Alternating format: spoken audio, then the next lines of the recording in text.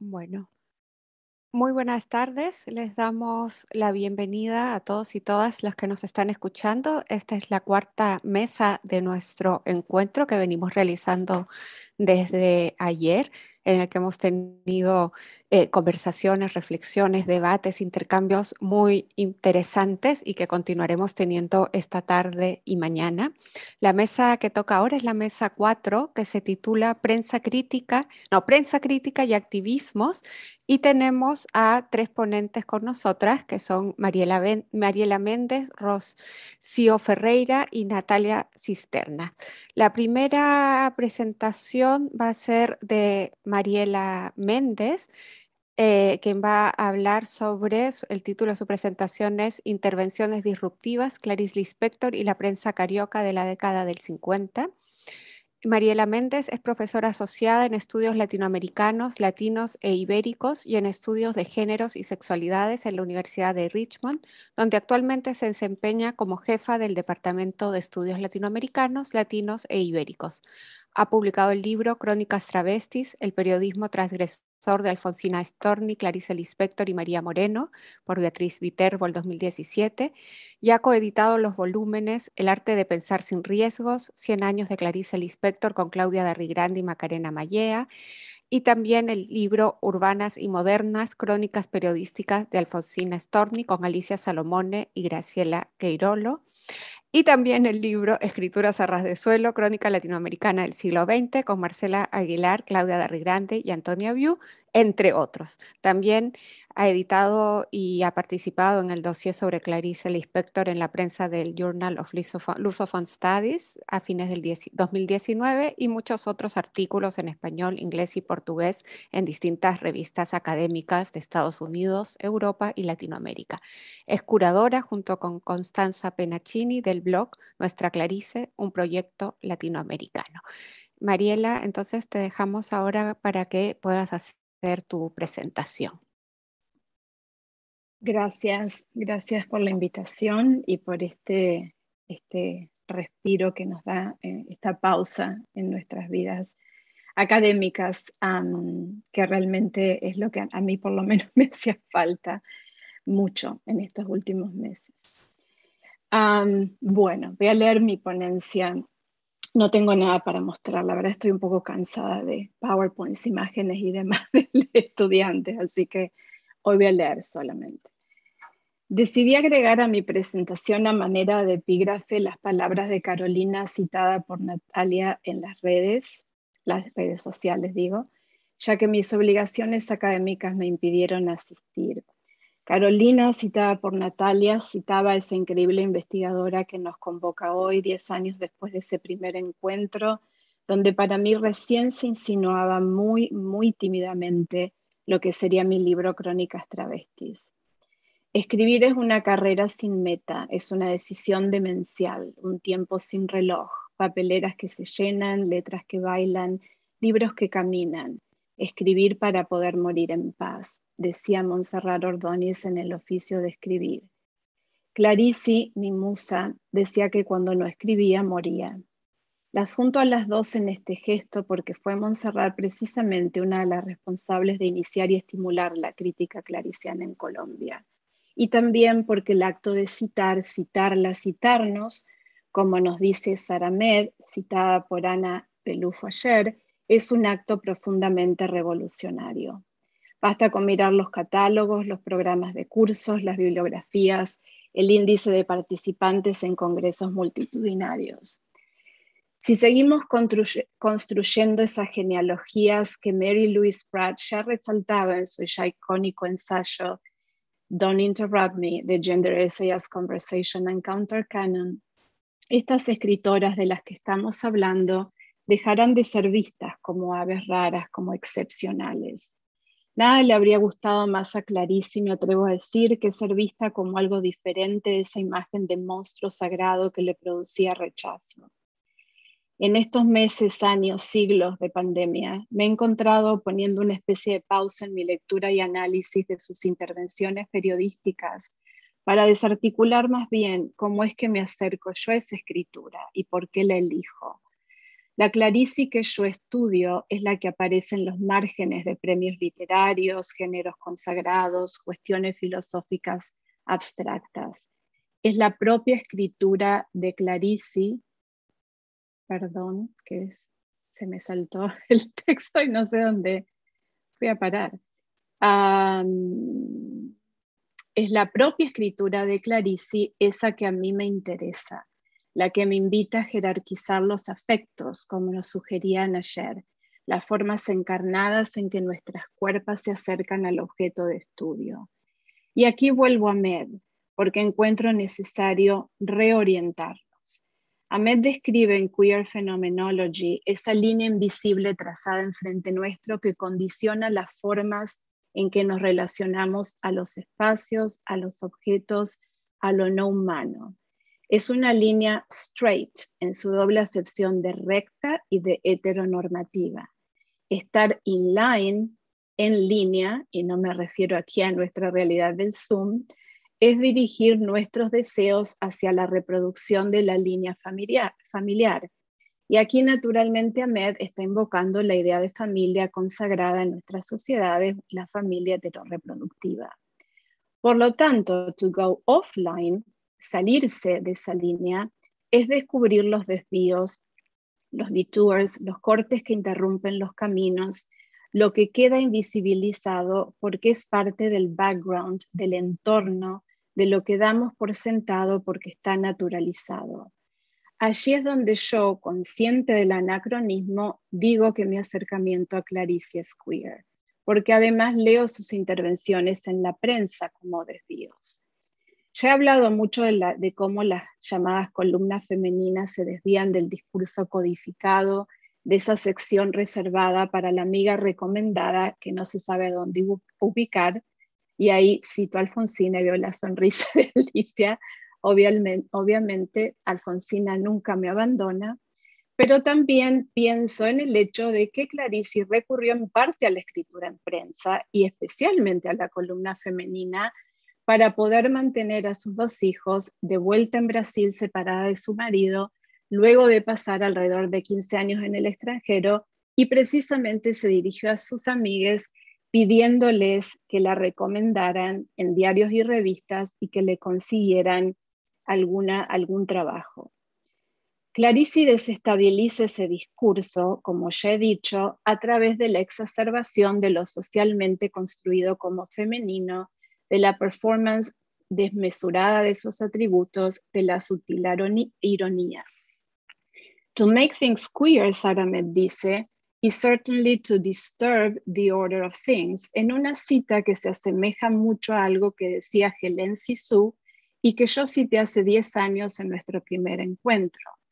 La mujer tiene algo de pájaro y de ladrón. Las mujeres pasan, huyen, disfrutan, desbaratando el orden y el espacio. Y ahí Cixous juega con el término voler en francés, que es robar y huir, como todas sabemos.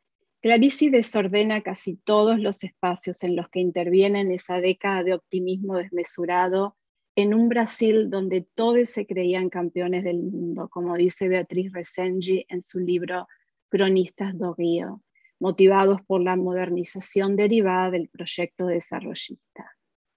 De forma casi simultánea, las secciones que crea para Correio da Manhã y Diário da Noite entre 1959 y 1961, escribe su columna Children's Corner en la revista Señor, revista dirigida, como sugiere su propio nombre, al hombre educado de la élite de la zona sur de Río, ese hombre con mayúsculas con la capacidad de adquirir bienes materiales y simbólicos. Ya de entrada hay un desvío, pero mucho más sutil e imperceptible, si se quiere, aún de aquel de las columnas femeninas.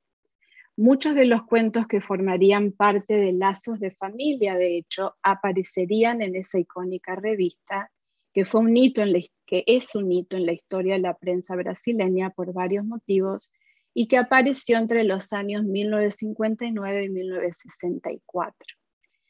El cuento, el famoso cuento La mujer más pequeña del mundo, inauguró el primer número. Hacia fines de 1961 empieza a salir la columna del inspector para las niñas, primero en la sección Señor y Compañía y luego adquiriendo vida propia. Quizás las contribuciones de Clarice eran la compañía de esa sección que contenía noticias cortísimas sobre libros, películas, teatro, celebridades, todo aquello que no podía ser aprovechado en el resto de la revista, confiesan los editores. Como la columna femenina. Lispector ya venía pensando en Children's Corner años antes de unirse a la revista. La primera mención aparece en 1943 en el Diario Carioca. En 1946 Clarice publica bajo ese nombre una serie de textos de naturaleza híbrida entre cuento y poesía en O Jornal. Flavia Amparo, en El arte de pensar sin riesgos, precisamente en ese volumen que acaba de salir, afirma que la variación entre prosa y poesía que aparece en esa primera iteración de Children's Corner es semejante a la suite de Debussy llamada precisamente Children's Corner, como sugiriendo que el rincón de las niñas es de alguna forma, dice Amparo, una reconstitución a partir de la memoria de intensas y variadas sensaciones anímicas a partir de un imaginario literario musical. En la revista Señor, ese Children's Corner tendrá características similares. Son textos mayormente fragmentarios, inclasificables, escritos, como diría Vilma Areas, con la punta de los dedos, precipitados, impacientes, entre vanguardistas y regresivos. Son textos donde las niñas son retratadas muchas veces, muchas veces los propios hijos de Clarice, se distancian y desvían de la línea trazada en el resto de la revista, donde aparece sobre todo en los anuncios un niño que es copia fiel del padre y que estará encargado de replicar en el futuro ese tipo de familia, que es el niño que Lee Edelman representa a cargo de un futurismo reproductivo. Las niñas en el rincón clariciano son niñas que reaccionan y responden de formas inesperadas, inapropiadas, inconclusas, y que se relacionan una y otra vez con el mundo más allá de lo humano, a través de una dinámica que solo podría ser descrita a través de los nuevos materialismos feministas, donde se trata de una intracción antes que una interacción, que dirían Karen Barad y Stacy Alaimo, entre otras, en la que la agencia o la posibilidad de actuar no reside en posesión de cada ente anteriormente constituido, por el contrario, solo se actualiza, se dinamiza en el espacio-tiempo en que esos entes se encuentran, se enmarañan, y uso esa palabra precisamente, tanto la he usado en español y portugués porque la uso como traducción de entanglement, que es la que usan estas teóricas. Se enmarañan, y creo que es muy gráfica además, y desordenan las configuraciones espaciales, desbaratan el orden y el espacio. Son niñas que quizás se rehúsan a crecer o preferirían al hacerlo convertirse en les adultos que pueblan la columna, que también actúan casi como niñas. Serán niñas como los textos que no han evolucionado. Estos textos formarán luego parte de la sección Fundo Gigavetta, Fondo del Cajón, del volumen La Legión Extranjera, publicado en el 64. Abandonados en el fondo del cajón, podrían ser olvidados. Abandonados en la sección a donde va a parar todo aquello que no encuentra lugar en el resto de la revista, podrían ser descalificados si no fuese por las palabras del prefacio que precede a la segunda sección de La Legión Extranjera, donde Clarice misma nos confiesa, cito, ¿por qué publicar, y es mi propia traducción del portugués, ¿por qué publicar lo que no resulta? Porque lo que no resulta también resulta. Además, lo que obviamente no resulta siempre me interesó mucho. Gusto de un modo cariñoso de lo inacabado, lo mal hecho, aquello que torpemente intenta un pequeño vuelo y cae al piso sin gracia. El proceso mismo de escritura y la trayectoria literaria de Clarice desafían una idea de evolución o progreso. Hacia el final de ese camino se vuelven aún más fragmentarios, inclasificables, textos a los que casi solamente es posible acercarse desde lo intuitivo, lo sensorial, lo afectivo. Solamente de esa forma es posible acercarse a ellos casi, ¿no? La narrativa de evolución, madurez, crecimiento, progreso permea la revista Señor, en espejo del discurso ideológico que domina la sociedad brasileña por esos días. La sección, a mi entender, interrumpe ese movimiento a futuro, lo desvía. La escritora insta en su columna a cultivar una atención vegetativa. Dice Clarici, la describe quedarse de pie frente a la planta y verla crecer y no ver nada. Y retratarla en un proceso de escritura, otra vez sus palabras, hecho de errores, la mayoría esenciales. Ese mundo más allá y más acá de lo que alcanzamos con los sentidos, sin palabras, queda, según Clarici, limpio así de todo deseo humano. Todo como es, no como quisiéramos, solo existiendo y ya, así como existe un campo, así como las montañas. Fin de cita. Es tremendo el contraste entre la paciencia vegetativa clariciana y el impulso humano de conquistar y dominar el espacio presente en la revista para los señores, que además es mayormente leída, según una encuesta, por señoras y señoritas. Debemos recordar que son tiempos de la carrera espacial entre Rusia y los Estados Unidos, y eso aparece ostensiblemente en la revista, y no podemos olvidarnos que el momento culminante del proyecto desarrollista brasileño lo constituye la inauguración de la nueva capital Brasilia en el Planalto Central, en el medio de la nada, ¿no? En la conquista del espacio por excelencia. Era el momento, espacio físico, ¿no? Era el momento también en que se afianzaba más que nunca una sociedad consumista, en que, como ya bien sabemos, las cosas solo sirven en función de nuestros propios deseos. Los anuncios en Señor destacan eso, al punto que productos a la venta se humanizan, cual reflejo de sus propietarios reales o potenciales. El universo clariciano, por el contrario, huye de una lógica de consumo, de rédito, de beneficio, anclada en una linealidad de causa y efecto. Los objetos que abundan en la revista son objetos utilizados para trazar esa línea heterorreproductiva de antemano de la que hablaba Med. Son carros, pipas y trajes representados en los retratos familiares donde aparece centrado el niño de Edelman. Son electrodomésticos necesarios para el éxito de la familia heterorreproductiva, esa que depende de momentos socioeconómicamente productivos como el nacimiento, el matrimonio, la reproducción, la muerte y sus rituales, más el legado o herencia que le sigue.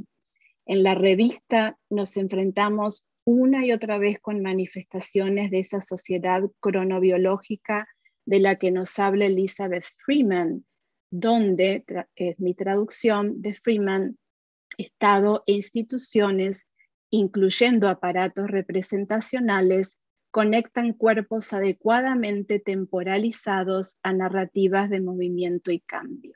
Fin de cita. Esa sociedad cronobiológica tiene como propósito para Freeman organizar los cuerpos humanos hacia la máxima productividad, una dinámica que la teórica llama crononormatividad. La escritura de Clarici nos invita a instalarnos en otro espacio, donde puede darse ese enmarañado con lo no humano, la tensión vegetativa. Es bien conocida la pasión de Lispector por la música, que no solo es trasfondo de su escritura, el aspecto sensorial de la escritura de Lispector, la materialidad del gesto escriturario evocado en cada línea. Y para terminar, quiero volver al archivo, siempre el archivo. La naturaleza material del archivo, nos dice Bemby, significa que está inscrito, nos dice Achille Bemby, significa que está inscrito en el universo de los sentidos. Un universo táctil porque el documento puede ser tocado. Un universo visual porque puede ser visto. Un universo cognitivo porque puede ser leído y decodificado. Es precisamente eso lo que nos recuerda Clara Pereira en el website bilingüe del Instituto Moreira Salles, que ahora se ha embarcado en la digitalización de unos cuadernitos, anotadores muy pequeñitos que tenía Clarice, que llevaba con ella en viajes especialmente, y donde hay escritos desde frases que luego aparecen en sus novelas y cuentos y columnas, hasta la lista del supermercado, las cuentas que ella hacía, etcétera, etcétera. Y Clara Pereira reflexiona a partir de uno de esos cuadernos que se llama Era nesse sentido, y dice algo así como que se enfrentó al tener que digitalizarlo, al embarcarse en el proceso de digitalización en pandemia. Ella dice, al tener que hacerlo en casa, ¿no? Ese medio saciaba mi mirar o olear, pero dejaba de lado el tacto. Entonces, para recrear el manoseo de ese documento físico, Clara decide reproducir esa caderneta en su casa con papel, engrampada, y observarla de todos los ángulos y por fin hojearla de atrás para adelante. Esa reconstrucción física no solo le restituye a Clara el universo sensorial del que nos habla Kilebenbi, sino que la lleva a descubrir otro posible orden de lectura para la caderneta. Y creo que ahí podemos inspirarnos en nuestros acercamientos a los archivos que a cada una nos ocupan. Prueba de que una vida verdaderamente existe, dice Bembe, que es el archivo. Y yo pienso en la vida escritural de Clarice y en esa máquina pegada a su falda, en la famosa foto de Claudia Andújar. Pienso en los croquis y diagramas de ejercicios físicos para que las mujeres podamos tener las piernas perfectas cuando yo hojeaba el archivo. Dibujos que luego vería, tocaría, observaría y decodificaría en mi casa en Richmond al conseguir la primera edición del libro azul de Verónica Dengel, que conseguí en eBay y que es el que informaba esas columnas que escribía Clarice. En esta sociedad capitalista patriarcal que subsiste gracias a una narrativa heteronormativa, es ya un gesto transgresor queer, como yo he decidido llamarlo, leer a Clarice. Si vamos recorriendo la escritura clariciana cronológicamente como ejercicio, digo, casi nos lleva en el camino inverso, hacia el desarmado de lo que estamos acostumbrados a percibir como una escritura legible. Y pienso en Agua Viva, en La Hora de la Estrella y también en Fundo Gigabeta. Después de todo, como Ahmed concluye, una política queer implica un compromiso con una cierta forma de habitar en el mundo, aun si no está grounded, anclada en un compromiso hacia el desvío.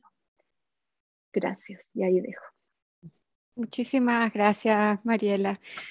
Muy bella presentación. Bueno, después de las tres presentaciones vamos a tener un momento para conversar, así que pasamos ahora a la presentación de Rocío Ferreira, quien nos va a hablar de Magda Portal, escritora, activista política y feminista. Y Rocío Ferreira es directora del Departamento de Estudios de la Mujer y Género y profesora titular de Literatura, Cultura y Cine Latinoamericana de la Universidad de Paul en Chicago. Es asimismo copresidenta de la sección Perú de LASA. Sus áreas de investigación son las narrativas fundacionales y el periodismo del siglo XIX, las literaturas de guerras del siglo XIX al XXI y temas contemporáneos relacionados con las configuraciones de la memoria.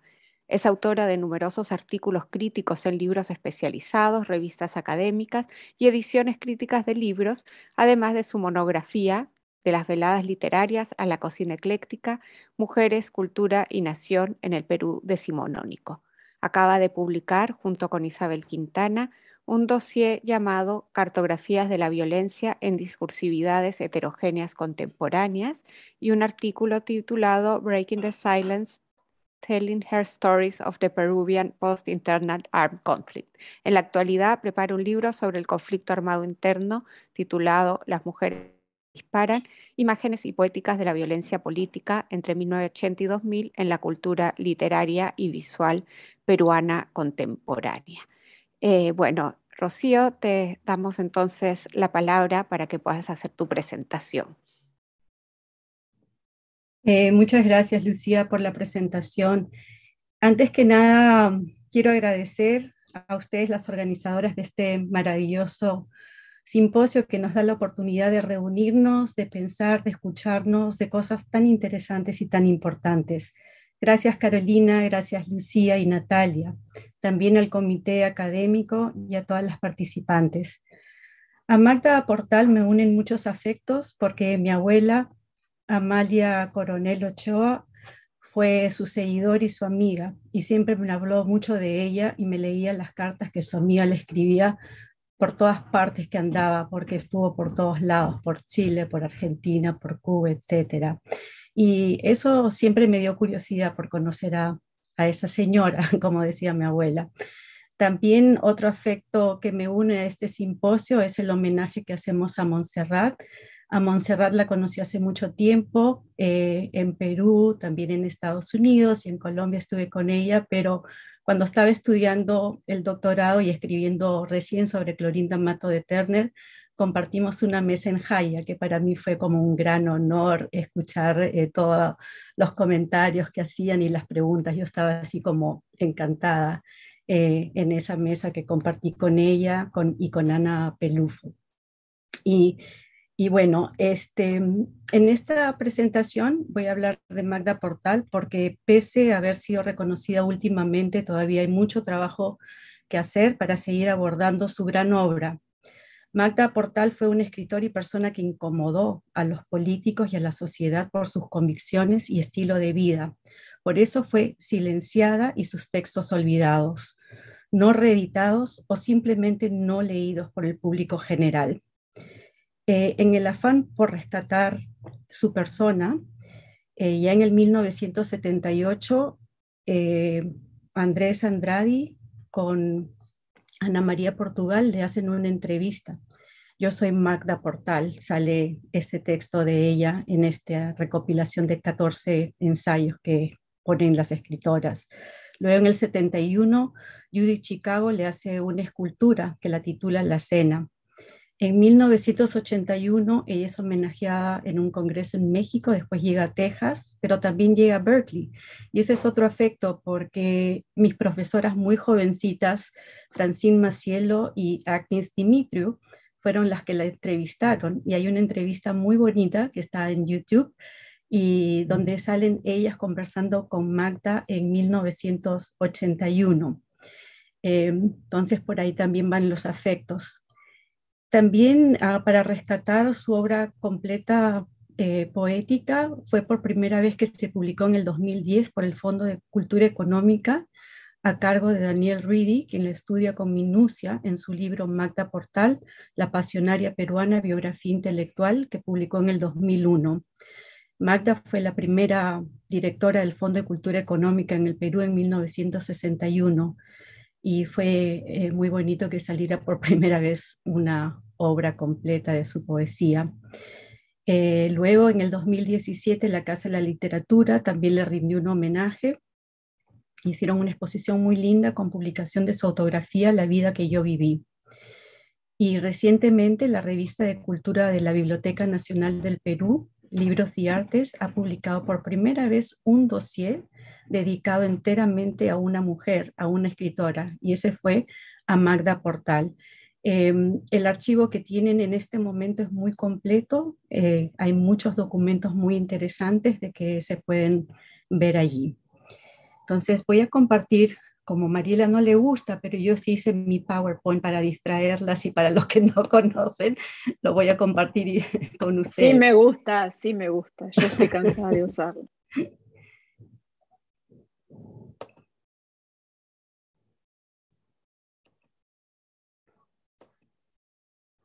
Muy bien. Entonces, Magda Portal caminó por el mundo divulgando sus ideales vanguardistas en el arte y la política en el sentido revolucionario de principios del siglo XX. Como dice su poema Caminar, la vida la llevó por distintos rumbos de experiencias, viajes, destierros, exilios, cárceles y refugios. Cito, soñando continuar caminando por todos los caminos recorridos, por la tierra y el mar, por el viento y el sueño, transeúnte migrante, mirando y admirando los paisajes del mundo, su aliento, sin querer detenerme, sin pausa, caminando sin llegar. Sus caminos recorridos por provincias peruanas y distintos países irrumpieron con su activismo político y poético. Los espacios tradicionalmente masculinos convertirán a esta obrera del pensamiento en una de las principales y más complejas figuras contemporáneas del siglo pasado. María Magdalena Julia del Portal Moreno nació el 27 de mayo de 1900 en Barranco y falleció el 11 de julio de 1989 en el Hospital Obrero de Lima, Perú. Escribir sobre Magda Portal es un desafío. ¿De qué Magda Portal hablar? ¿De la luchadora social y activista? ¿De la militante feminista y promotora de las universidades populares González Prada? ¿De la fundadora y disidente del movimiento transnacional Alianza Popular Revolucionaria Americana, APRA? ¿De la poeta vanguardista? ¿De la narradora y periodista comprometida? Sin duda es imposible desvincular las actividades creativas de aquellas políticas a las que Magda Portal se dedicó con absoluta pasión. Tanto sus propuestas estéticas como las ideológicas y partidarias estuvieron siempre relacionadas con la cultura social y política en la que se renovaran las artes, se tomara conciencia de la realidad que transitó. Fueron arduos, riesgosos y también triunfantes. Se caracterizaron por los constantes retos, las injusticias y las persecuciones que como niña, joven y mujer intelectual y artista tuvo que encarar frente a las ideologías y los poderes patriarcales, tanto los reaccionarios y conservadores como los de la izquierda, que buscaban oprimirla y borrarla de la historia oficial.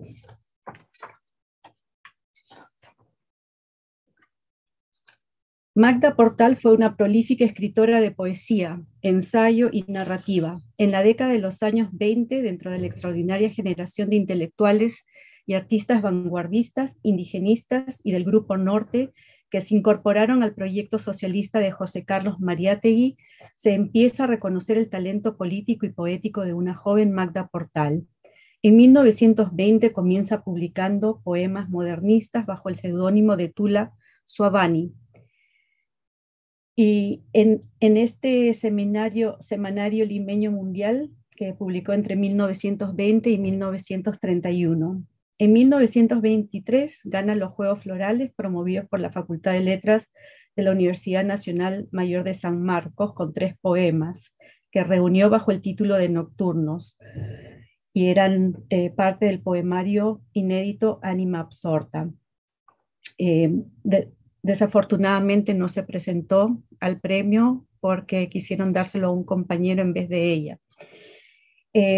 Luego, Ánima Absorta se publicó en 1924 y contó con el reconocimiento de Mariátegui, quien desde su posición hegemónica de escritor de izquierda consagrado comentó sobre su poesía e incluyó en 7 ensayos de la realidad peruana. Y cito, Magda Portal ya es otro valor, signo en el proceso de nuestra literatura. Con su advenimiento le ha nacido al Perú su primera poetisa. La poetisa es ahora aquella que crea una poesía femenina y desde que la poesía de la mujer se ha emancipado y diferenciado espiritualmente de la del hombre, las poetisas tienen una alta categoría en el elenco de todas las literaturas.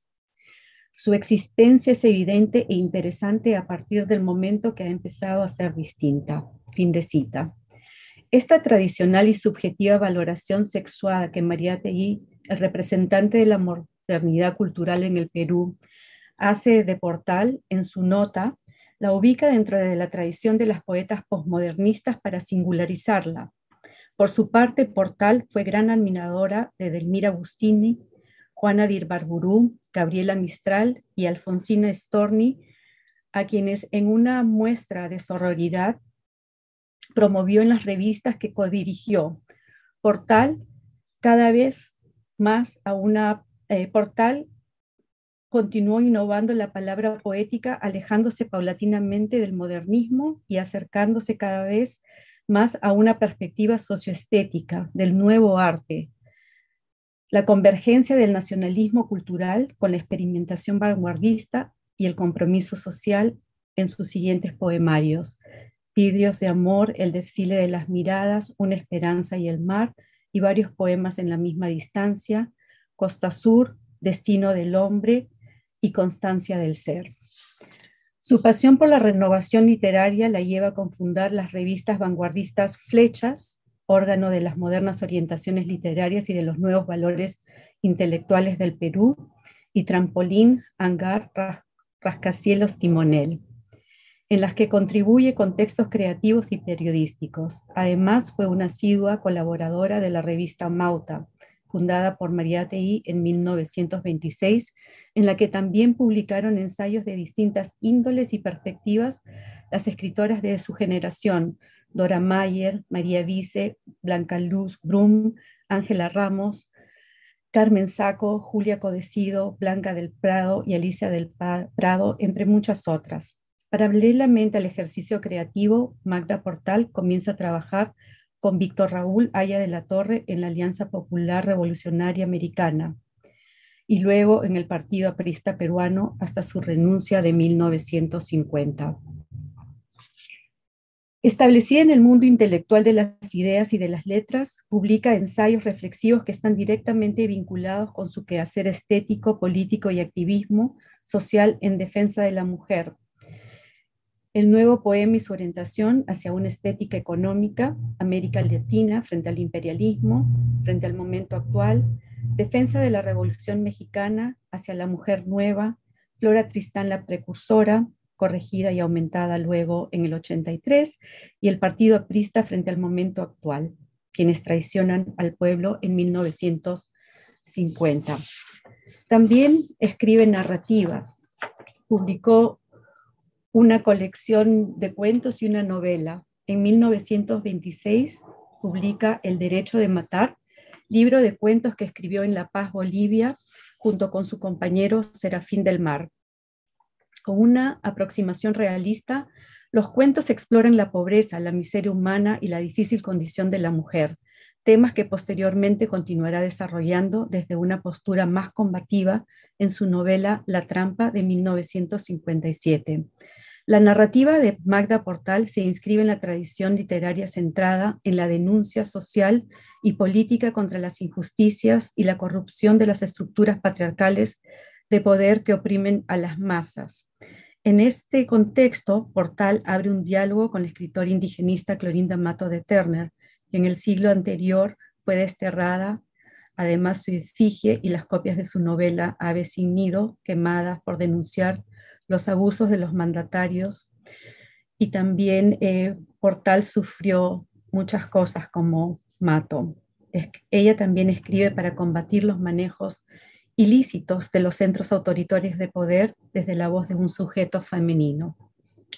Sin embargo, muy al contrario a la positiva recepción que tuvo su poesía, la colección de cuentos fue recibida tibiamente por su maestro ideológico, Mariátegui, quien le hace una somera crítica, curiosamente, por no desplegar en sus textos ficcionales, y cito, la sensibilidad femenina, fin de cita, que se esperaba de la perenne musa, así como él la imaginaba, el derecho de matar, cito, nos presenta casi solo uno de sus lados, ese espíritu rebelde y ese mesianismo revolucionario que testimonian incontestablemente en nuestros días la sensibilidad histórica de un artista.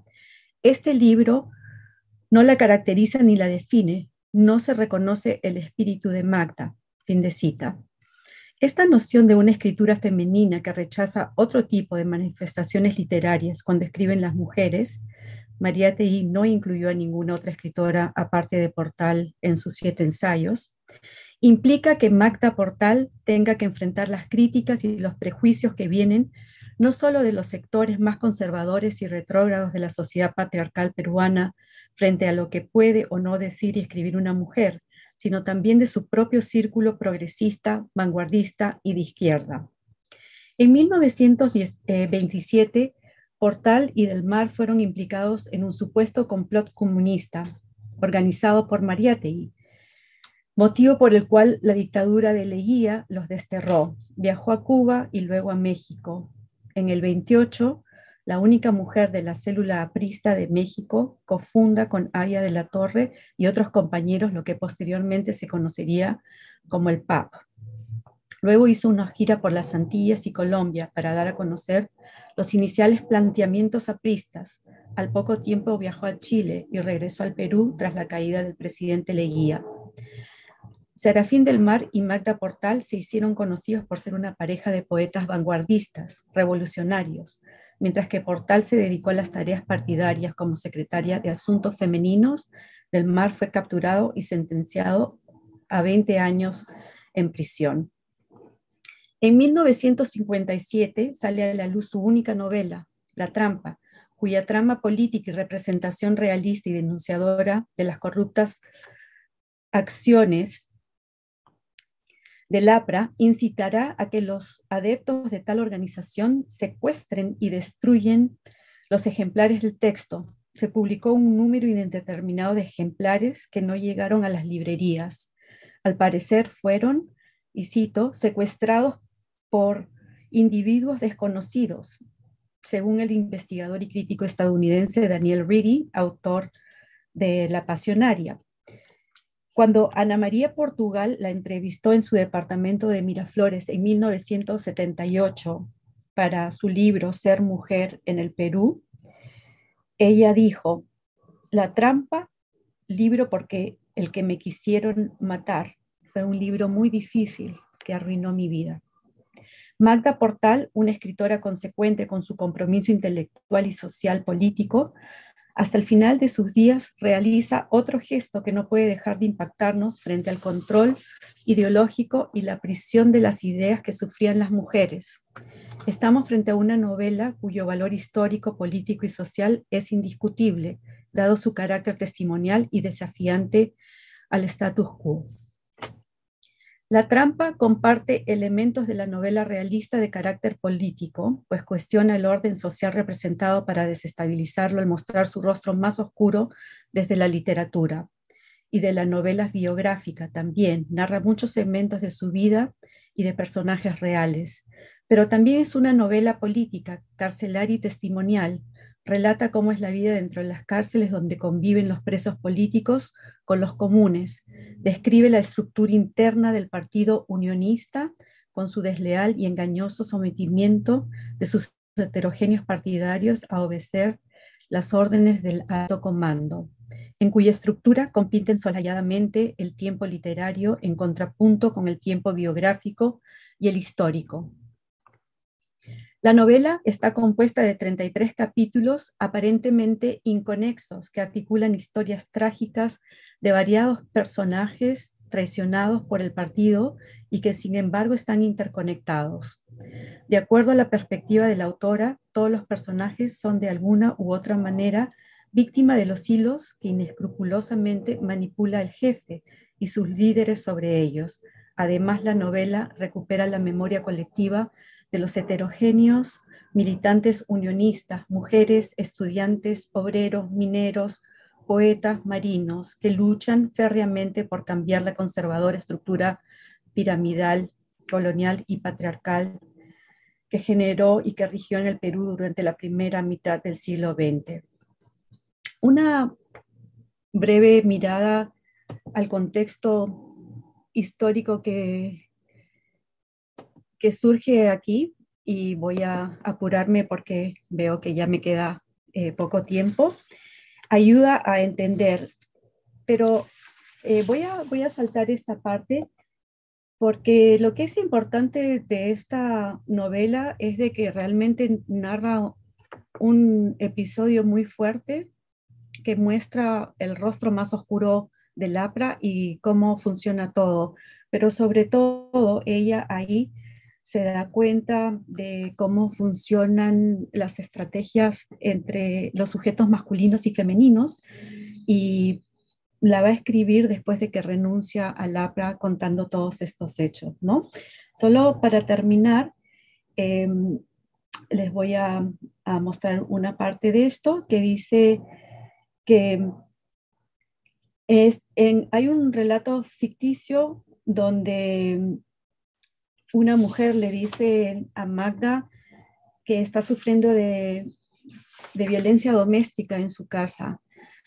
Entonces, en esta parte, ahí vemos la bimbalencia que tenía Magda Portal en este momento, porque ella no puede aceptar que esto es indebido, sino que juega un poco con la retórica marxista del partido, de que primero hay que ver lo que está ocurriendo con toda la población. Entonces deja un poco el lugar de la mujer.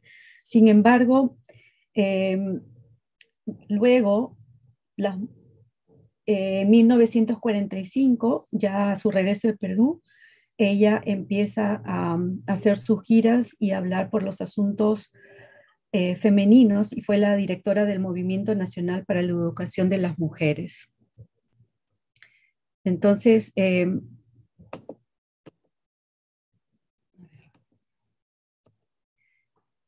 aquí, y para terminar, quiero solamente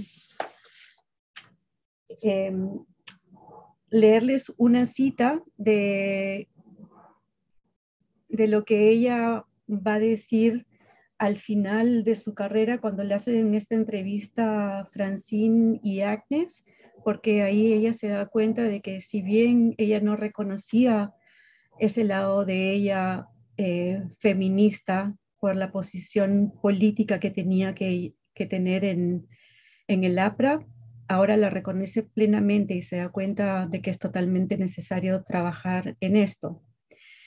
Entonces, en esa entrevista dice, en cuanto a la cuestión femenina, durante mis 20 años en el Partido Aprista puse el acento en la defensa de los derechos de la mujer, pero el partido no le dio ni siquiera el voto, ni el voto político, ahora menos.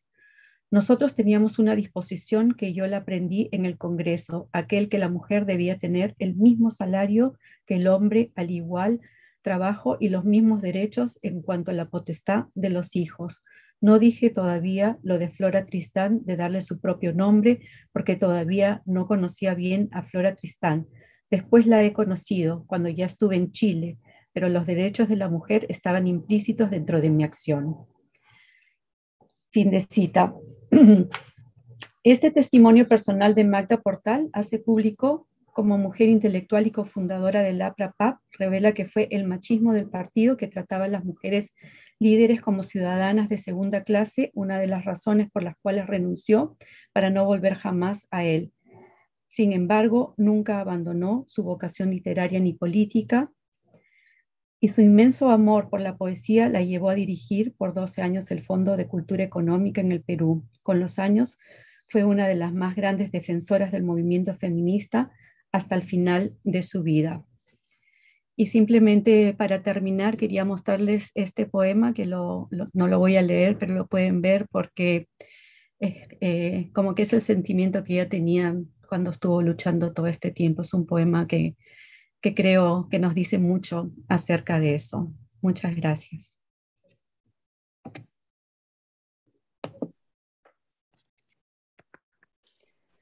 Muchas gracias, Rocío, súper interesante y mucho material para conversación también. Vamos a seguir entonces con la presentación de Natalia Cisterna, que va a presentar la ponencia Identidades en Movimiento, los perfiles de mujeres de Marta Brunet Barecrán.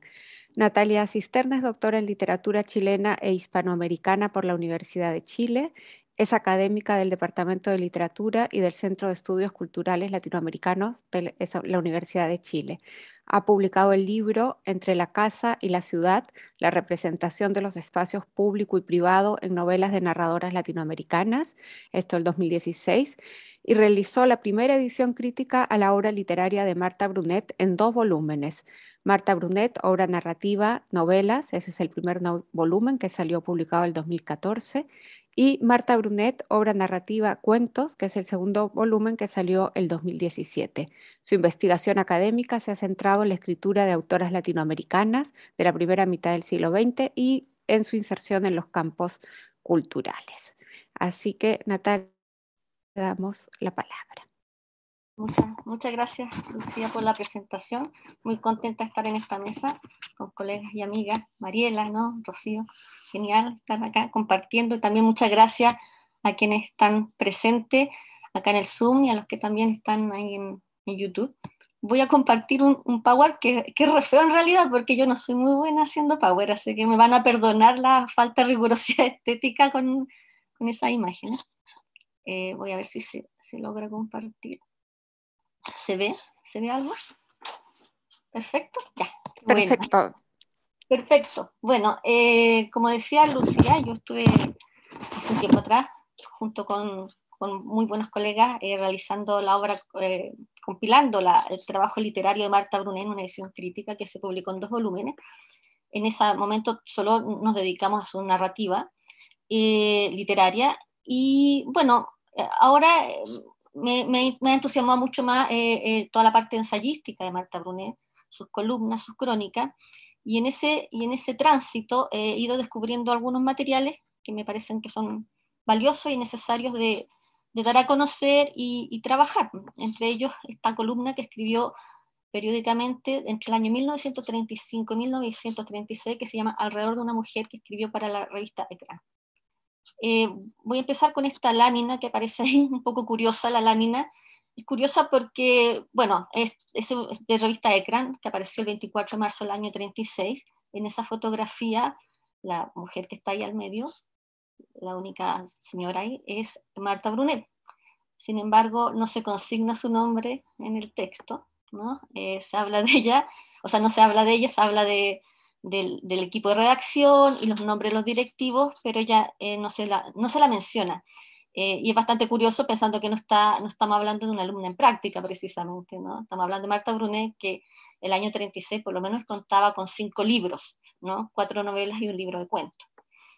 Pues bien, voy a dedicarme a leer porque así me disperso menos. Voy a dejar por mientras la imagen ahí de Brunet, algo borrosa, junto a esos trajes negros. Bueno, empiezo. Entre los años 1935 y 1936, la escritora chilena Marta Brunet publicó en la revista Ekran una columna semanal titulada Alrededor de una mujer. En ella divulgó 44 perfiles de mujeres de distintas áreas del quehacer artístico y social. Cada semana, las lectoras se encontraron con las semblanzas de poetas, narradoras, artistas plásticas, bailarinas, fotógrafas, activistas, periodistas, reseñadas por la autora. Todas las protagonistas de estos perfiles eran contemporáneas a Marta Brunet. Prácticamente todas eran latinoamericanas y caribeñas, y en su mayoría eran literatas y artistas plásticas. De este modo, en medio de notas de moda, chismes del mundo del espectáculo y consejos de maquillaje, en la revista aparecieron los nombres relativamente conocidos en aquellos años de María Luisa Bombal, Juana de Ibarburu, Teresa de la Parra, Gabriela Mistral, pero también algunos con menor resonancia que la historia cultural y política se encargó de invisibilizar, como los de la fotógrafa chilena María Rosa González, la médica y activista Cora Myers, o la escultora ecuatoriana Germania Paz y Niño. Marta Brunet fue una de las primeras autoras profesionales en Chile. Con esfuerzo y pasando dificultades económicas, logró vivir de su escritura, su trabajo intelectual y cultural. Publicó novelas, cuentos, pero también incursionó en el ensayo, la crónica y la columna periodística. El número total de textos no literarios de Marta Brunet aparecidos en la prensa es todavía incierto.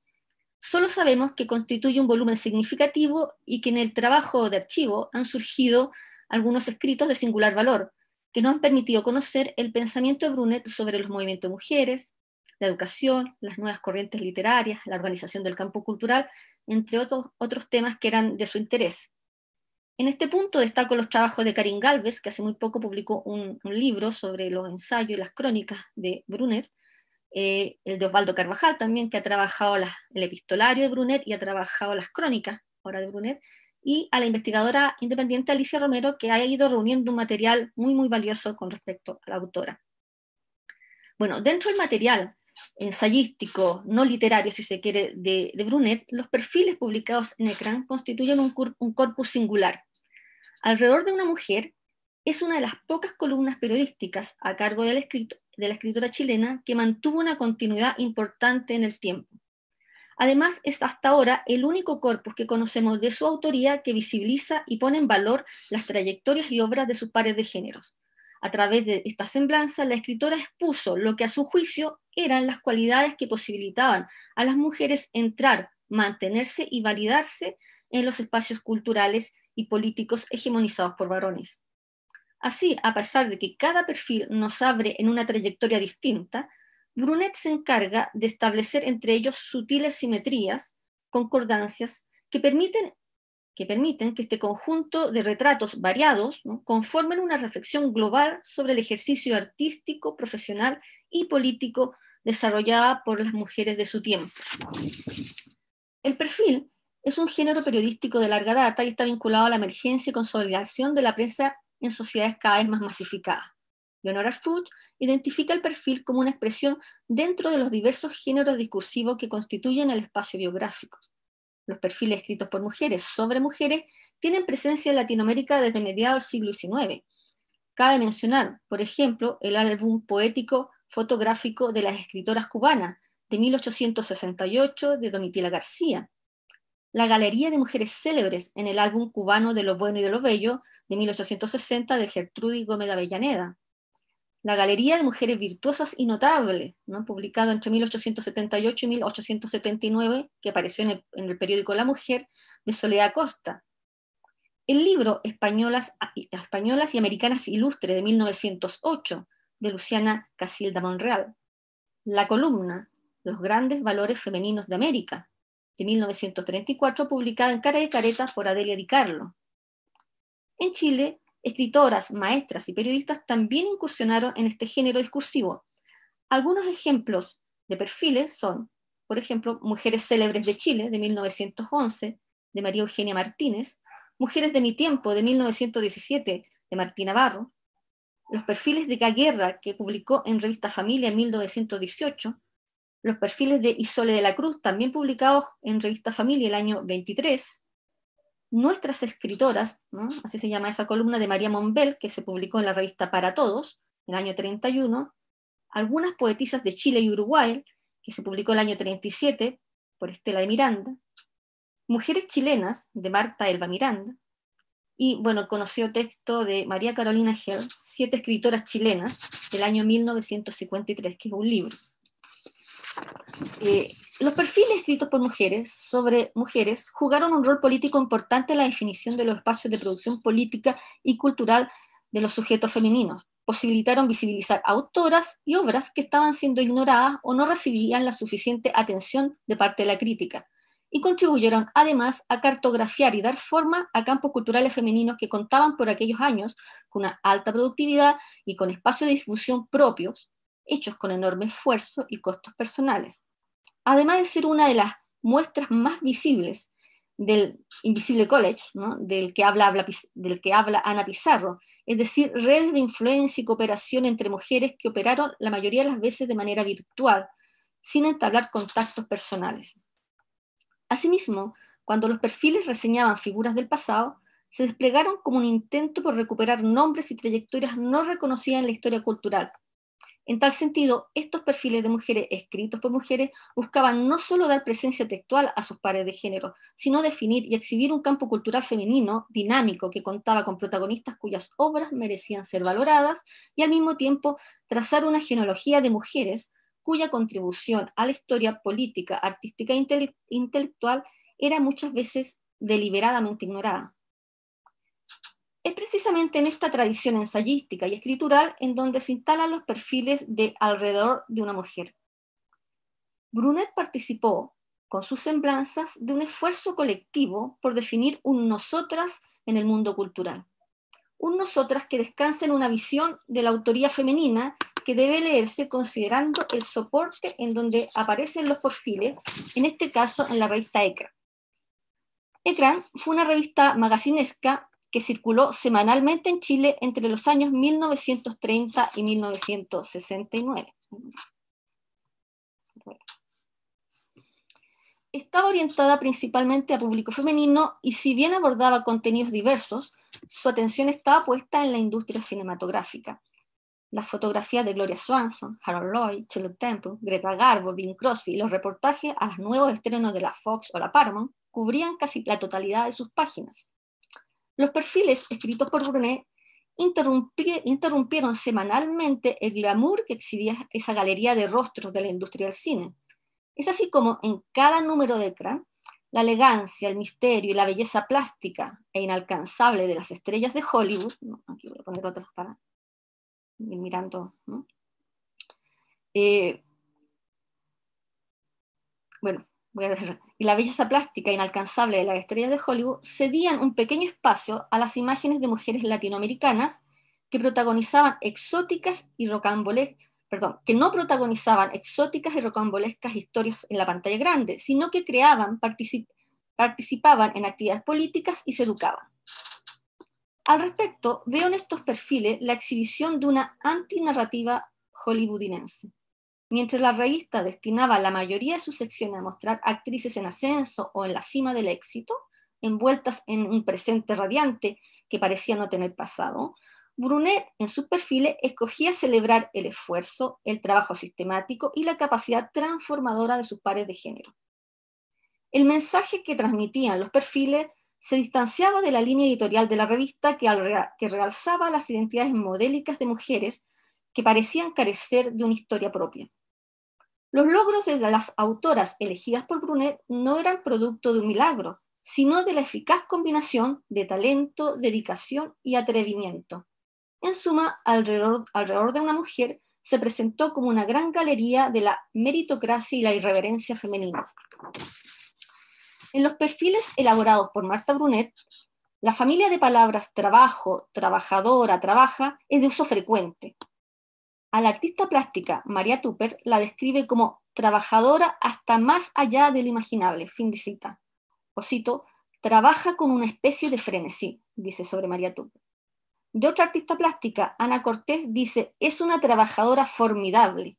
Y a la pintora Inés Puyo la definirá como una trabajadora sin desalientos. Sobre la escultora Teresa León señalará lo siguiente, cito, y lo curioso es que esta mujer, con las manos constantemente vacías, en reposo de mala salud, de pronto se pone en pie de trabajo, toma la greda y comienza a modelar infatigablemente, venciendo la debilidad física por una especie de milagro de voluntad. Fin de cita. Me interesa esta última cita porque expresa el sentido que tiene el concepto de trabajo en los perfiles de Brunet. El trabajo pone en movimiento a sus protagonistas, las saca del letargo, se presenta como un despertar que echa a andar una energía arrolladora que cristaliza en un sinfín de actividades y obras. Todas las autoras reseñadas publican, exponen, hacen conferencias, montan obras teatrales, organizan acciones sociales. El trabajo se traduce en una productividad incesante, incluso en aquellas que por su salud podrían tener más limitaciones, como la poeta María Monbel, la que según Brunet no deja de escribir y pulir sus versos hasta la perfección, a pesar de su debilidad física. Es importante destacar que este trabajo creativo e intelectual no se experimenta como desgaste ni produce agobio. Acá el trabajo no es explotación, ¿no? En el sistema de capital, ¿no? Capitalista. El trabajo más bien en los perfiles de Brunet emancipa y por sobre todo estimula el talento y la capacidad individual de las mujeres para explorar nuevos horizontes. La importancia que tiene el trabajo en la definición de las trayectorias se expresa además en la atención que presta Brunet a los espacios y atmósferas laborales en los que se desenvuelven algunas autoras. Al respecto, en el conjunto de perfiles se observa cierta predilección por describir los talleres por sobre las oficinas o las bibliotecas. El taller permite a Brunet poner en escena un proceso de creación en desarrollo y exhibir de manera performática la energía que liberan las mujeres en su espacio de producción. Así se refiere, por ejemplo, al taller de la encuadernadora Emilia Guevara. Voy a poner la cita. Ella es Emilia Guevara y la fotografía que acompaña precisamente a al perfil es ella en su taller. Dice de Emilia Guevara. Emilia Guevara trabaja. Su taller erizado de maquinarias, de prensas, de guillotinas, de bastidores, tiene un desorden pasmoso, ya que ella todo halla a mano, libros, hojas sueltas, tapas, papeles, carpetas, tarros de cola y engrudo, cueros, espátulas, frascos de pintura, pinceles, tijeras, qué sé yo. Un mundo un poco inquietante. Emilia Guevara, entre tanto, tranquila en su mundo, va y viene en la tarea de empastar libros. Fin de cita. En tanto, de la ilustradora María Valencia dirá lo siguiente, ahí no la acompañé con foto. Dice, como una niñita buena, rodeada de telas, de cintas, de papeles, de hilos, de pinturas, de abalorios, María Valencia trabaja entre libros, pinturas y cacharros, instrumentos musicales, telas decorativas y dibujos. María Valencia da vida a su extraordinario mundo pictórico. Al respecto, es importante detenerse en el acompañamiento gráfico de estos perfiles. Si bien en muchos casos la selección de las imágenes dependerá del material visual disponible al momento de editar la revista, se advierte una intención de hacer visibles las obras de las autoras y en algunos casos sus espacios de producción, talleres, escenarios, bibliotecas. A ver si puedo ir mostrando, ¿no? En el caso de Gloria Moreno, ¿no? su lugar de trabajo, ¿no? Acá Ana Cortés, que es pintora, aparece en su obra. En el caso de María Tupper también aparece su obra plástica, ¿no? De Blanca Merino, su escultura. O sea, generalmente la parte gráfica está muy bien acompañada por ilustraciones que dan cuenta de la obra de las autoras, ¿no? Las imágenes de alrededor de una mujer refuerzan la representación de autoras activas, dedicadas por entero a labores creativas e intelectuales, y cuya mejor carta de presentación es su propia obra. Estas imágenes distan mucho de los rostros glamorosos que acompañan a las columnas de Ekran. En Ekran, las fotos de las actrices se reducen a mostrar ciertos estereotipos femeninos: la femme fatal desafiante, la heroína candorosa y siempre alegre, la mujer enamorada, entregada por entero al varón. En alrededor de una mujer, en cambio, las imágenes evitan reproducir estos modelos y la pose intenta siempre vincular la figura de la mujer a su labor productiva, ¿no? Acá también está esta que es Dana, que es una fotógrafa, ¿no? Incluso cuando estamos frente a una fotografía que entra en sintonía con los estereotipos mencionados, el texto se encarga de ofrecer matices y dotar de una mayor riqueza la subjetividad de la retratada. Esto ocurre, por ejemplo, con la escultora Teresa León, que es ella, ¿no? Aquí, así empieza describiendo a Teresa León Brunet. No sé si tengo tiempo todavía. Ya. Dice, cito, dice así: parece una gitana con el pelo negro partido en medio, trenzado y arrollado en moños sobre las orejas, con el color moreno y los ojos de un indefinible verde negro. Parece una gitana que se hubiera quedado ahí, frente a nosotros, ausente el alma, por no se sabe qué sugerencias inmovilizada por el peso de las pulseras que ofrece en sus brazos. Esta descripción, fin de cita, perdón. Esta descripción, que en principio replica todo este carácter exótico de la mujer fatal, termina siendo solo la superficie de la verdadera Teresa León. Brunet en su texto se encarga de desenmascarar este artificio presente en la pose fotográfica y en el mismo texto de inicio. Dice más adelante Marta Brunet sobre esta escultora: Teresa León ha expuesto en repetidas ocasiones y varios premios le han sido otorgados. Fin de cita. Y en los últimos párrafos agrega, cito, ha viajado, es fanática de la música española, pasa largas temporadas en la naturaleza, nutriéndose de la soledad y del reposo. La montaña y el mar tienen las grandes voces que mueven su alma. Lee eligiendo lo que tenga tinte de sociología y modernidad. Fin de cita. Así, del estereotipo inicial, Brunet pasa a configurar un retrato mucho más complejo, el de una mujer trabajadora, exitosa, reflexiva y dueña de una rica vida interior. Es interesante observar que todas las autoras son presentadas como dueñas de una voluntad transformadora que las lleva a desafiar los límites impuestos a su género sexual, los valores y la cultura de su clase social y los cánones artísticos que rigen en el campo cultural. Brunet observa en esta disidencia un rasgo identitario que permite a las mujeres no solo desplegar trayectorias y obras originales, sino también ser parte de una época de cambios. Las autoras se visualizan como representantes de la mujer nueva o la mujer moderna, figuras femeninas con capacidad de autodeterminación que participan activamente de las esferas culturales y políticas y que no buscan amoldarse a los parámetros tradicionalmente impuestos a su género sexual. Es por ello que Brunet otorga escasa relevancia a roles femeninos convencionales. Menciona muy tangencialmente el que alguna sea casada o madre. El matrimonio y la maternidad aparecen como datos irrelevantes dentro de biografías siempre desbordadas de proyectos, obras y eventos. En contraposición a esto, El viaje se presenta en gran parte de los perfiles como una experiencia vital decisiva en la formación de las mujeres. Las características de estos viajes varían, desde el que se realiza con fines de estudio, por ejemplo, la artista plástica que va a París o a Europa a formarse en una academia, hasta aquellas que hacen viajes de exploración arriesgada en territorios totalmente desconocidos, como Nelly Merino Carballo, que es mencionada como la primera mujer en atravesar el Chaco. El carácter rupturista de las escritoras se materializa en los perfiles en una variedad de posibilidades.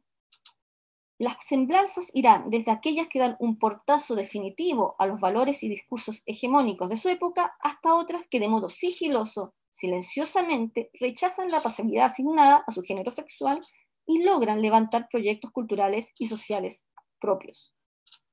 De la directora de teatro infantil, ¿ya me queda menos tiempo? ¿Sí? Bueno, falta poco. De la directora de teatro infantil, Blanca Dalla Torre Vicuña, menciona su decisión de no optar por una vida conventual y salir al mundo a descubrir su propio camino. Dice Brunet, cito, resolvió conquistar la vida, fin de cita, lo que la llevó a montar más de 50 obras, casi todas de su autoría. De la escritora cubana Mariblanca Sabasaloma, Brunet asocia la originalidad de su literatura con posiciones políticas radicales. Cito, la revolución la echa a la calle en libertad y apoteosis triunfal, fin de cita. En el otro lado de la vereda, a la poeta chilena María Monbel es representada como una artista que busca el calor del hogar, evitar la vida bulliciosa, pero que desde niña escribe sus versos en los bordes de los cuadernos escolares, evidenciando con ello su temprana necesidad de instalar su huella creativa, ampliando los territorios textuales. Su casa, su hogar, finalmente será el templo que la protege y le permite liberar su potencial artístico. En síntesis, Marta Brunet, en los perfiles de Alrededor de una mujer, define un ejercicio autoral femenino que descansa en una concepción de trabajo, el trabajo que permite a las mujeres salir de los espacios asignados y descubrir territorios artísticos e intelectuales nuevos. Sin embargo, para las mujeres, esta opción de un trabajo liberador y estimulante solo puede tener lugar rompiendo los límites impuestos a su género y en ocasiones a su clase. Asimismo, la posibilidad de que la desobediencia a los moldes asignados se materialice con relativo éxito dependerá de una labor sistemática desarrollada por la autora o las autoras. En otras palabras, significa formación, dedicación, horas destinadas a la perfección artística, a la reflexión y a la ejecución de proyectos individuales y colectivos. Muchas gracias. Muchas gracias, Natalia. Qué fascinante. Muchas gracias a la mesa, a las tres presentadoras. Eh, como que siento que se fue formando un arco además también, y decía, aparecen distintas formas de resistencia también, ¿no? O sea, la resistencia de esa actitud contemplativa, vegetativa, antiproductivista, antiprogreso, y la resistencia también en el trabajo, en el quehacer, en la creatividad, pero que no es el trabajo de la explotación, y la resistencia de Magda Portal en su movimiento, en su activismo, en ese tan difícil como distanciamiento del APRA al final de su vida, ¿no? Que le valió tantas censuras, o sea, como creo que es muy interesante pensar así en esas formas de resistencia, de activismo, de yo y nosotras, ¿no? De distintos momentos. Me parece que se armó súper bien la mesa y que tenemos la posibilidad de una conversación súper rica. No voy a monopolizar con preguntas mías que tengo anotadas, así que voy a dar la palabra para eso, para repartir la palabra. No sé si hay algo en YouTube que querramos recoger. No, dice Álvaro que no hay. Así que bueno, si alguien tiene algún comentario, pregunta, duda.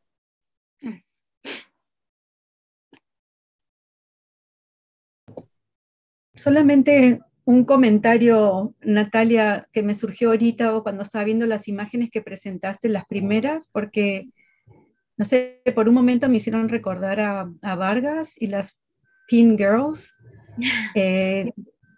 No, porque es un tipo de ilustración, ¿no? De la época. Él ya había hecho afiches para el cine en los años 30 y creo que después toda la colección de esas mujeres con ese tipo de rostros, de colores y todo, ya empiezan a salir más en los años 40, pero era solo un comentario porque me hizo acordar que porque estaban usando en ese momento en ecran también ese tipo de dibujos, de imágenes de mujeres, ¿no? Sí. Perdón. No, no, es que como, bueno, Ecran se caracteriza por ser una primera revista, yo creo, en Chile que como está dedicada al mundo del cine, ¿no? De ser muy cuidadosa con la cuestión de las imágenes, ¿no? Las portadas, ¿no? Son muy meticulosos con eso. No me fijé realmente quiénes son los ilustradores de las portadas. Pero... Joyce tiene la mano levantada. Antes de darle la palabra, quería, cuando, cuando Natalia citó a Leonor Arfus, también pensé, bueno, que qué triste que murió recién hace unos días y como hacerle un homenaje también al trabajo de ella, que es tan importante para las cosas que hacemos, ¿no? Así como hemos estado hablando tanto de quienes nos han inspirado, no sé, por lo menos para mí el trabajo de Leonor Arfus ha sido en muchos momentos muy inspirador. Eso, Joyce. Hola, estimadas colegas, amigas, las felicito por esta mesa, por sus presentaciones tan interesantes.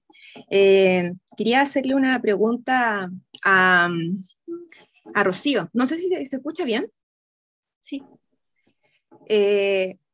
Bueno, particularmente desde hace un tiempo me encuentro estudiando esta trayectoria intelectual y política fascinante de Magda Portal. Entré ahí especialmente por la vía de los ensayos, que es un proyecto en el cual estoy trabajando desde hace un tiempo. Y revisando su autobiografía, La vida que yo viví, me encontré con una sorpresa que, que me conmovieron bastante, porque ella, tú hablabas, mencionaste muy brevemente este paso de Magda que hace por Chile alrededor de la década de fines del 30 y del 40. Ella creo que viene 3 veces a Chile. Y en una de esas circunstancias, en uno de esos viajes, es justamente invitada el año 44 por el Congreso Nacional de Mujeres Socialistas de Chile a dictar la conferencia que posteriormente se transformó en la publicación de un ensayo que era Flora Tristán Precursora, que al año siguiente es publicado también en Lima, en formato de folletito, y luego el año 78, si es que no me equivoco, tú mencionabas, es reeditado en su versión extendida. Pero sin embargo, en esta misma biografía, Magda arroja otros datos súper interesantes respecto no solo a su activismo político que realiza en Chile, sino también a el aporte que realiza en términos culturales. Y hay dos datos que a mí me parecieron fascinantes. Empiezo por el primero, que yo creo que es interesante, pero no es tan potente como el otro. Ella menciona que colabora por un tiempo considerable en la revista Atenea de la Universidad de Concepción y que también es una de las colaboradoras habituales de la revista Ercilla, que son dos publicaciones, bueno, que sabemos que hasta el día de hoy existe. No sé si Ercilla aún existe, la verdad, pero al menos hasta hace pocos años atrás aún publicaba. Entonces ahí vemos a Magda también participando, no solamente dentro de los círculos políticos de vanguardia en aquella época, porque ella se va a afiliar al Partido Socialista, no bien llega a Chile el año 39, la vemos también en su faceta de escritora, participando de los círculos literarios, en estas dos publicaciones súper relevantes. De aquí viene el dato que a mí me dejó en shock. Voy a citarlo, muy cortito. Dice que comienza, o sea, además de inscribirse en el Partido Socialista Chileno, comienza a trabajar en el Ministerio de Salud, siendo ministro entonces don Salvador Allende, que años después sería presidente de Chile, y luego en el Ministerio de Educación, en una sección titulada Radio Escuela Experimental. yo no tenía idea de esos datos, no tenía idea que Magda Portal conoció y trabajó, quizás no de forma tan estrecha, no habrá sido su mano derecha, pero trabajó con Salvador Allende. Y eso, yo no sé si tú tienes más antecedentes respecto a eso, a este paso por Chile. Por ahí me soplaron que se está preparando un estudio sobre el paso de Magda en nuestro país y todo el trabajo que hizo. No sé en qué irá esa publicación. Por ahí me pasaron el dato de un colega que está haciendo o a puertas ya de publicar ese trabajo, pero no sé si tú tienes quizá más información respecto a esta labor que hizo tanto activista política y también como escritora en los círculos nacionales. Sí, Joyce.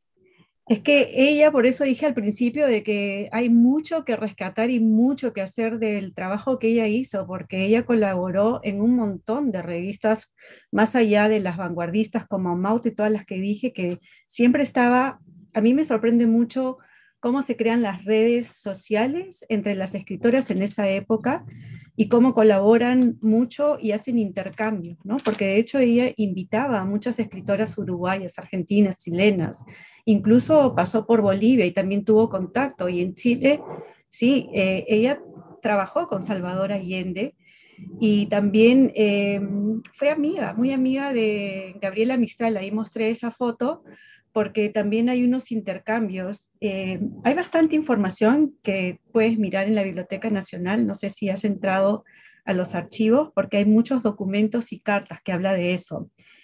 Eh, hay tantas cosas que ella hizo de que hay mucho por explorar, pero sí, justo me escribieron que están haciendo muchas cosas en Chile. De hecho, Macarena me contactó también porque va a ser el prólogo de Costa Sur, que lo van a publicar en Chile. Entonces, ahora como que se quiere rescatar esa parte de ella que, porque pasó bastante tiempo en Chile, ¿no? Como más de 6 años y volvió además en varias instancias. Pero es algo que todavía falta recopilar muchos ensayos de ellas, ensayos, poesía y textos cortos. Los cuentos tampoco han sido trabajados y nunca se reeditaron. O sea, la obra poética de ella recién salió completa en el 2010 y porque fue directora del Fondo de Cultura Económica, porque fue la primera editora, si no, nunca hubieran hecho ese trabajo, ¿no? Pero sí, hay mucho que hacer en Chile, de hecho. No sé si hay otras preguntas, comentarios. Ainaí. Sí, bueno, primero que todo agradecerles las maravillosas presentaciones, de verdad que es súper estimulante y como señalabas, Lucía, toda la red que se arma acá y nada más destacar algo que me pareció interesantísimo y que está en común, digamos, estaba presente en las tres presentaciones que hicieron, que era esta cuestión de la subjetividad. O sea, veo en los distintos trabajos que ustedes presentaron y en las distintas autoras, artistas digamos, de las que hablaron, se enfatiza como este derecho a la subjetividad que ellas reclaman, que ellas ejercen, ¿no? Y señalabas, Natalia, este mundo interior, ¿no? O sea, con todas sus distintas facetas, estas mujeres que tienen este mundo interior como tan sólido, en los textos del Inspector, también en Lazos de Familia, también uno ve estos personajes que tienen, como señalabas, Lucía, estas formas de resistencia, pero que también dan cuenta de, digamos, de esta producción de una subjetividad única, singular, diferenciada, que también es una manera de confrontar, ¿no? Estos estereotipos, genéricos que se imponen y los imperativos también de la escritura, y yo creo que ahí hay toda una continuidad muy chévere en relación, por ejemplo, con el mismo modernismo y el lugar así tan totalmente desindividualizado, ¿no? Y arquetípico, ideal o, digamos, totalmente anulado, neutralizado ideológico y políticamente en el que dejaron a las mujeres, ¿no? Así que me parece que ahí eso me parece fascinante, ¿no? Cómo ustedes dan cuenta de estos distintos mapas y distintas formas de ejercer esa subjetividad como resistencia y también cómo se insertan en la modernidad, cómo confrontan estos paradigmas de modernidad productiva, pero también los resignifican para abrirse un espacio, con lo que señalabas tú, Natalia, esta cuestión de estas mujeres en las que se enfatiza, ¿no? Esta capacidad de trabajo, esta voluntad, acción, agencia, en contraste con estas otras posturas de estas masculinidades abúlicas, diletantes, ¿no? Que también fueron como una pose de artista por mucho tiempo, ¿no? En cambio acá está como esta fuerza, ¿no? de estas mujeres, y que me parece interesante porque son, como señalaba, estas maneras de insertarse en estas dinámicas de modernidad, sobre todo pensando en la modernidad industrial como tal, que las deja fuera. Entonces, como que acá ellas participan del trabajo productivo, pero también artístico e intelectual. Y en ese sentido, creo que reitera un poco lo que hemos venido hablando aquí de la necesidad de repensar, ¿no? Incluso las historias literarias y las categorías, porque efectivamente estas mujeres no encajan dentro de los rótulos tradicionales, ¿no? Con los que empezamos la figura del artista, el intelectual, la bohemia, o sea, es como que están abriendo otro espacio que, gracias a los fantásticos trabajos que ustedes están presentándonos acá, estamos pudiendo traer a la superficie, ¿no? Así que nada de eso, muchísimas gracias. Mariela tiene la mano levantada.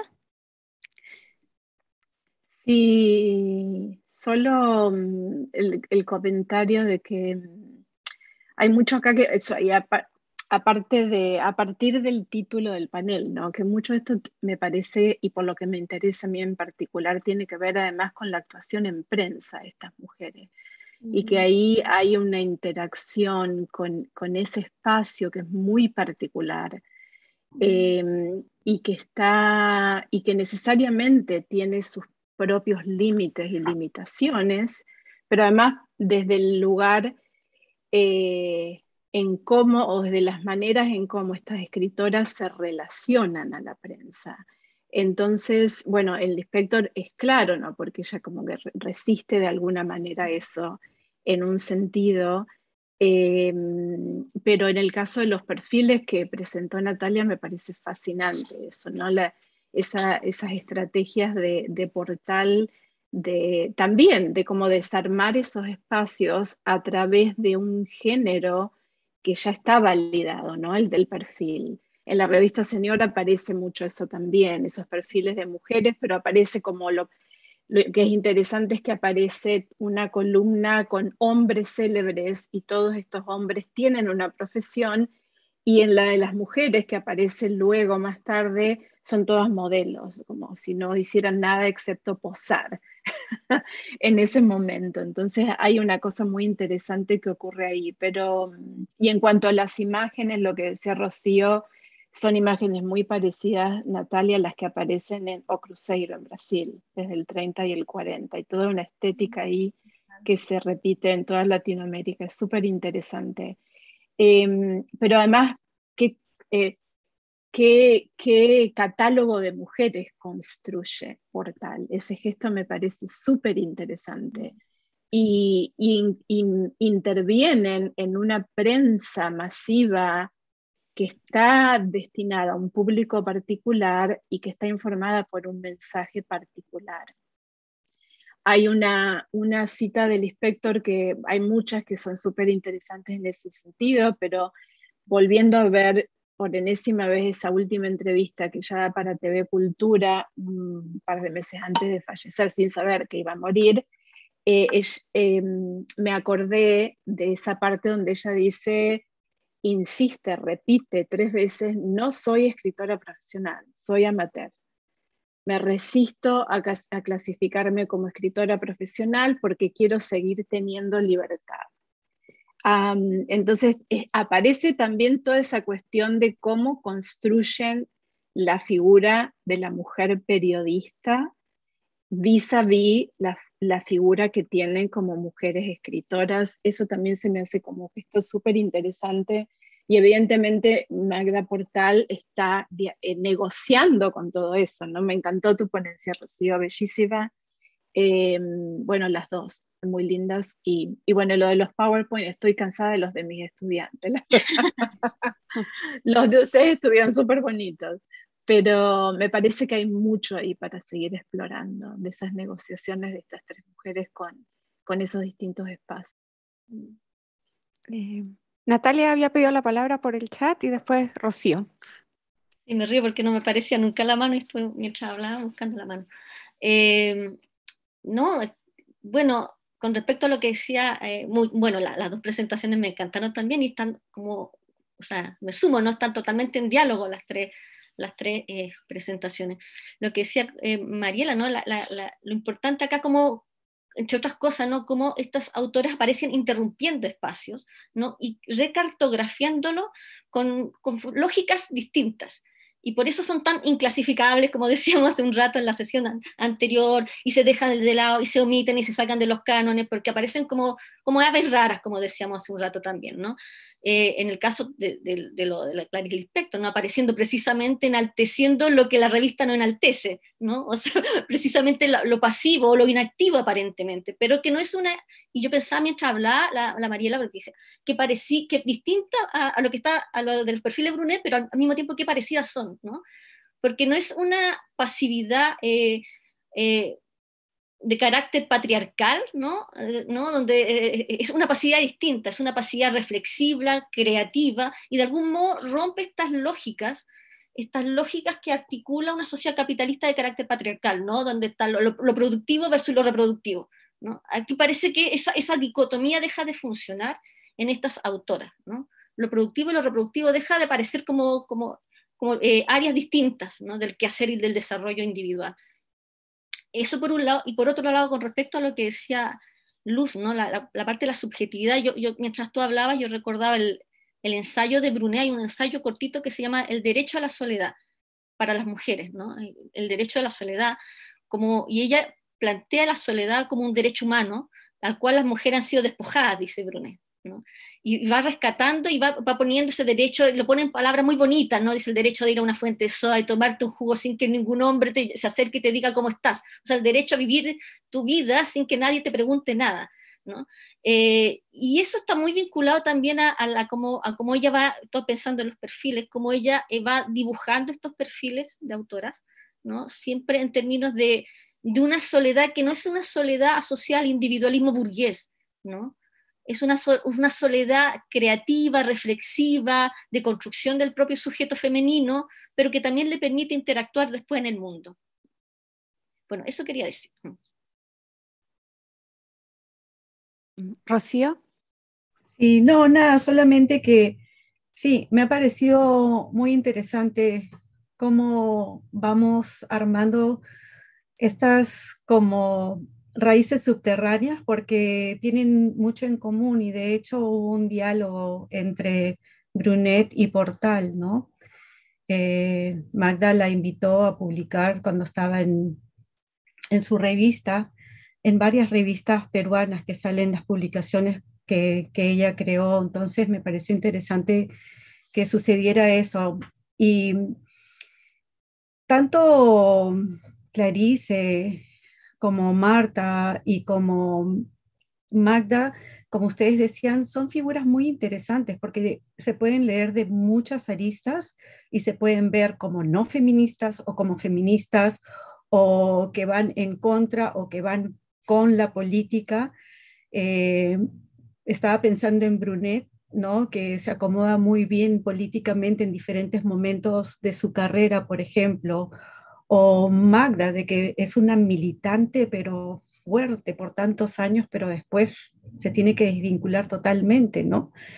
Y bueno, Lispector que está ahí viendo qué hacer con esa sociedad brasilera de esa época que es tan difícil con ella, ¿no? Porque salen tantos artículos también que hablan de su escritura, cómo tiene que escribir con un seudónimo masculino incluso, y, y recrearse también, ¿no? Porque Magda Portal es interesante, como decías Joyce, que en la última publicación hay cambios con la segunda y con la primera, porque ella reescribe mucho todos sus textos. Magda Portal es increíble la manera que reescribe, cambia sus libros de poesía, los publica, o sea, bueno, quedaron muchos sin publicar hasta que ha salido la obra completa, pero lo que ella pensaba de cómo quería organizarlos, hay unos de que pone unos poemas, otros pone otros quedan destruidos. La novela La Trampa es muy interesante. En su primera publicación del 57 tiene un número de artículos, en el 82 otro, y en la última que recién se editó hace unos años en Lima, salen ya 5 capítulos que no habían sido puestos en la primera, pero que ella había querido incluirlos, pero como habla de casos políticos muy fuertes, donde es muy fácil saber quiénes están quiénes son las personas detrás de ello. Entonces, obviamente, destruyeron esa primera y segunda edición para que no circulara, un poco como le pasó a Clorinda Mato con Aves sin nido, pero estamos en la mitad del siglo XX, ¿no? Y le pasa exactamente lo mismo con todos los artistas de esa época, ¿no? Entonces ella siempre es muy interesante porque una de sus estrategias es eso, reescribir, cambiar, publicarlo de otra manera, aumentando información. Solo quería comentar eso. Sí, no sé si hay... Ah, Alicia. Sí, bueno, muchísimas gracias. Muchas gracias, digo, y como ya se dijo, ha sido un disfrute esta nueva mesa, realmente impresionante las cosas que han ido saliendo. Y yo quería hacerle, pues no sé, un par de preguntas, ¿no? A Mari en particular, quería preguntarte, no sé, me impacta mucho este trabajo que estás haciendo, ¿no? Entre las crónicas, la narrativa, los papeles privados, ¿no? Y yo pensaba, digo, eh, ¿estás pensando a lo mejor en un tipo de trabajo también que tenga que ver con la crítica genética, que permita establecer las filiaciones entre los textos?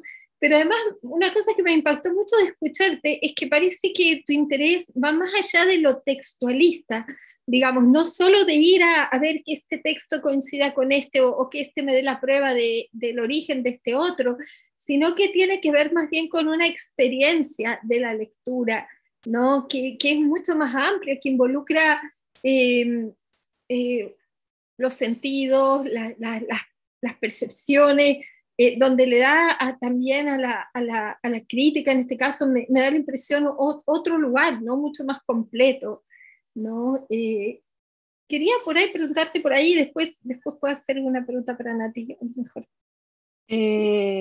Sí, sí, estoy todavía reflexionando mucho sobre eso, pero creo que sí que va por ese lado, porque, por ejemplo, sí, más como una experiencia de lectura, como lo dijiste vos, creo que lo pudiste expresar mejor que yo, pero una de las cosas que trabajé, por ejemplo, fue la adaptación de esas columnas femeninas a la para la TV Globo en el 2013 como experiencia sensorial. Y qué es lo que recrea desde ese lugar esa serie creada en Brasil. Y entonces como que eso excede un poco a la producción clariciana en su momento, porque es una reapropiación, ¿no? En pleno siglo XXI, de parte de alguien que conoce muy bien su obra y demás, pero para otra audiencia, etc. Hay muchos niveles ahí en que pensarlo.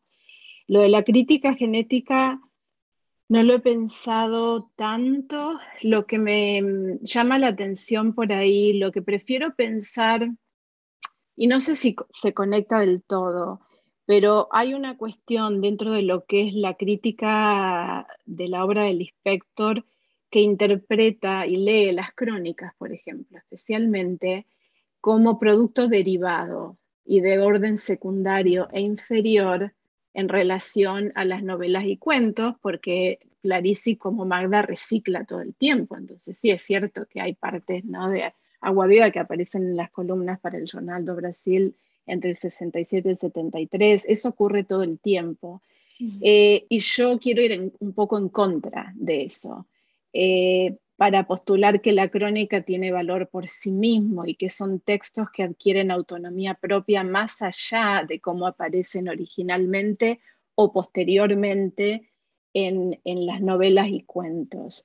Entonces tendría que pensar si la crítica genética me permite leer eso o me pone obstáculos. Ahí es lo que tendría que averiguar. Y sí me interesa hacer ese puente con lo que nos pasa cuando la leemos, porque me parece que el Lispector invita a eso y porque nos obliga, y me parece que es lo que hay de refrescante hoy en día, que leerla nos puede nos puede inspirar a habitar los espacios de formas diferentes, estos espacios académicos que habitamos que son también están orientados por la productividad incesante y la explotación intensa de los cuerpos, ¿no? Entonces me parece que ahí está. El otro día me preguntaba alguien en relación al libro El arte de pensar sin riesgos, precisamente eso, ¿por qué leerla hoy? ¿La leemos de otra manera? ¿No? Se ha dicho tanto, se ha escrito tanto sobre el inspector, y yo le decía, para mí, incluso pensar en las excursiones del inspector al jardín botánico, donde se sentaba horas interminables a observar el entorno, registrarlo y después escribía sobre eso, es una gran lección de vida. Ojalá pudiéramos hacer eso, o sea que no es tan diferente de lo que yo intento hacer a través de la meditación, el yoga, el reiki, todas estas prácticas, ¿no? De esa pausa, esa atención vegetativa. Entonces sí creo que lo que puntualizaste a mí se me ha hecho más consciente más recientemente, que evidentemente estoy tratando de repensar la experiencia de lectura y la labor crítica, y que tengo que tratar de articular eso más claramente, porque evidentemente hay algo ahí que es lo que me inspira en este momento, en el trabajo sobre ella. No sé si venía por ahí, Alice. Sí, y si pudiera agregar una notita, ¿puedo un comentario al comentario? Claro. Vamos Es que conversando. yo pensaba, conocía a Mariela Méndez en 1996 y la conocí en un evento de LASA, que fue muy importante para mí porque de ahí hasta el día de hoy, ¿no? Y yo recuerdo que en esa oportunidad, y me impactó mucho al punto que después me acerqué a hablarte al final de la presentación, porque tú hacías una lectura de Storni, con quien yo estaba empezando a familiarizarme también, tú y bueno, y Marianne Stoddard, otra de nuestras amigas que anda por allí, pero particularmente tu lectura era muy involucrada, ¿no? Era una cuestión que justamente daba cuenta de esa, no era una lectura seca, por decir así, era una lectura que interpelaba, en la que tú estabas muy involucrada, y que eso no significaba que tú perdieras tu lugar de crítica, ¿no? Sino que te permitía jugar e ir más allá de la mera descripción, ¿no? Entonces, ahora que tú estás diciendo eso y pensando a la vuelta de los años, que hay algo que en tu trayectoria crítica que tiene mucho que ver con eso, ¿no? Con que el tipo de lectura que siempre has hecho, que yo siempre he sentido que tú haces, es una lectura que intenta abordar la crítica de una manera mucho más comprensiva y también dando espacio a la propia subjetividad crítica, ¿no? Y que eso no es tan habitual y que a veces incluso se hace mal, debo decirlo, también he visto malos ejemplos de eso, ¿no?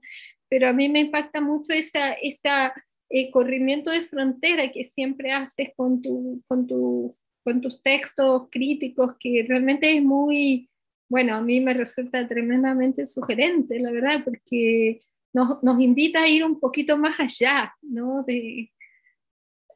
A jugar un poco con el lenguaje como tú lo haces, ¿no? Eso.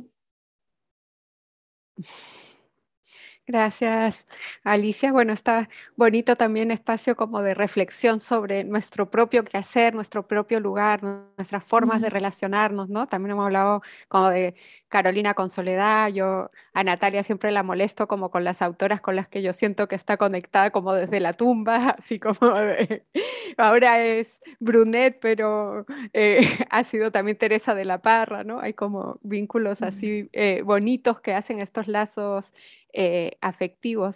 En términos como de las posiciones, también no se decía, qué raro que le digan a Mariela, ¿por qué le estudias tanto? O sea, como que tampoco se dice eso de muchos autores, ¿no? O sea, hay sociedades que siguen estudiando autores y nadie cuestiona por qué siguen estudiándolos. Yo por terminar, si usted me da unos minutitos, yo después la digo. Ali. Tranquila, yo quiero que... Eso.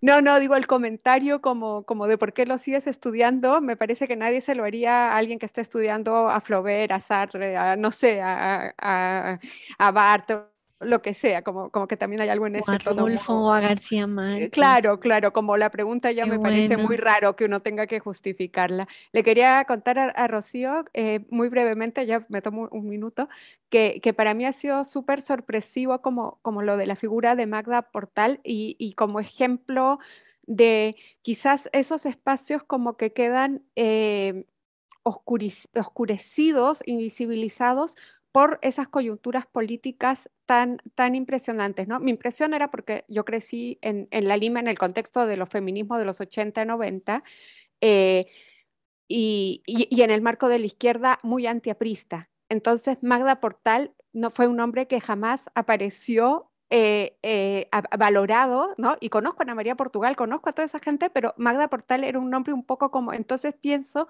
cómo de repente ciertas filiaciones políticas, ciertos posicionamientos condenan como a un lugar entre medio de tantas cosas que yo creo que recién en los últimos años realmente se está visibilizando lo de Magda Portal. O sea, yo le he venido a conocer muy tarde y también a conocer su revalorización en Lima súper tardíamente, ¿no? Entonces, pensando un poco como en esos espacios, y eso me conecta un poco con lo que hacía Brunet, o sea, yo creo que esos gestos de esas semblanzas son gestos muy generosos en que de repente mujeres que se saben con una posición ya más o menos como reconocido, establecida, abren como la cancha para visibilizar a sus congéneres, ¿no? O sea, como que veo en esas semblanzas un esfuerzo por comprender, por eh, como rastrear, pero también unos gestos como de generosidad, de compartir un espacio como que ha sido muy difícil de ganar. Y creo que estudiarlo también es como hacer justicia a ese gesto de generosidad y comprenderlo como en su justa medida, diría, ¿no? Entonces, nada, esa era una reflexión sobre lo que hemos estado hablando. Yo quería, ¿puedo hablar cortito? Sí. Por supuesto. Que no, simplemente sumar a todo lo hermoso que va saliendo, también más allá de la solidaridad, los lazos, las estrategias, la resistencia, la diversidad de géneros, la supervivencia de cada una de estas tres maravillosas figuras, ¿no? Lispector, Brunet y Portal.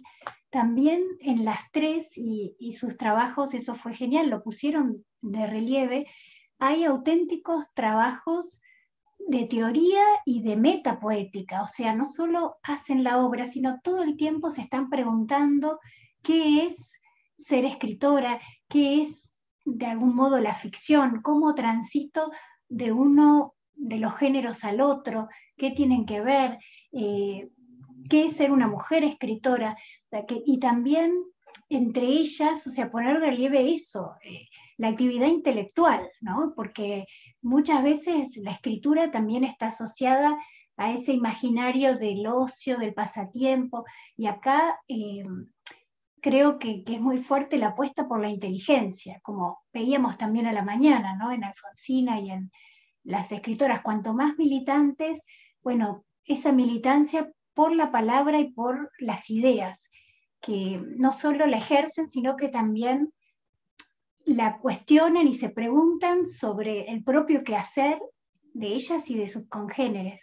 ¿No? En nuestras teorías de la literatura, no solo en las historias, también en las teorías, muchas de estas autoras no figuran y realmente se han preguntado siempre qué es la literatura, qué es la crítica, qué es la poesía, ¿no? Hay mucho trabajo por revisar todas esas ideas realmente, ¿no? En una historia intelectual, ¿no? No sé si cada una de ustedes lo ve en su autora, ¿no? Daría para mucho. Me llamaba la atención eso. Sí, en el caso de estos perfiles de los que hablaba de Brunet, sin duda alguna hay una suerte de reflexión sobre su propio trabajo intelectual y artístico. Las cuestiones que destaca de cada una de las autoras, uno las puede ver de algún modo proyectado en ella, si uno recorre la biografía y la trayectoria de Brunet. Entonces hay un ejercicio de espejearse ella misma y mirarse en todo ese variado mosaico, ¿no? de figuras, de rostros, de vidas tan disímiles, ¿no? Se va construyendo ella en cada pedazo, digamos, de autora que va retratando. Qué bonito. Y eso es también súper bonito, como lo que decía Mariela, un poco sobre Clarisa, como de los papeles que van quedando, el desecho, como una poética, estética también, y también en Magda, ¿no? Por tal, de la revisión, eso, como que me gusta mucho esa idea como de lo que se descarta y se recupera, como que ahí hay todo un ejercicio muy, muy bonito. Rocío. Brevemente, pero gracias Lucía, también me gustó mucho tu presentación ayer sobre la ópera.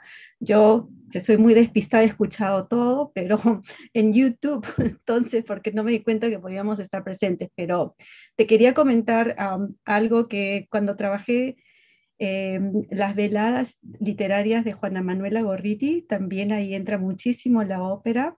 Escribí mucho sobre ello y hay un tomo de Jorge Basadre que habla sobre la ópera en Latinoamérica y más propiamente en el Perú, pero podemos conversar en otro momento.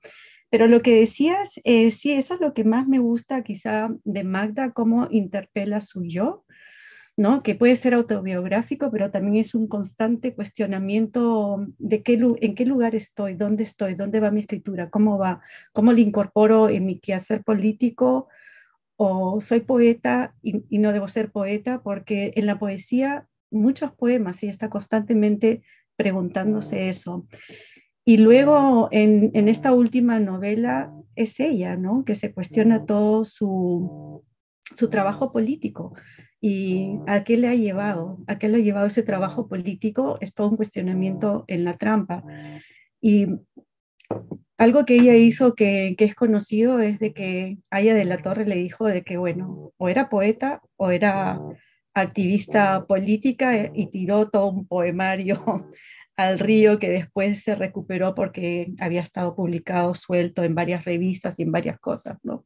Entonces, un poco eso también de cuál es mi lugar aquí como mujer activista política y como escritora, ¿no? Que creo que para ella fue muy fuerte en cierto momento que estaba ahí, pero creo que ganaron los dos. Ella no dejó de ser ni uno ni el otro. Eso.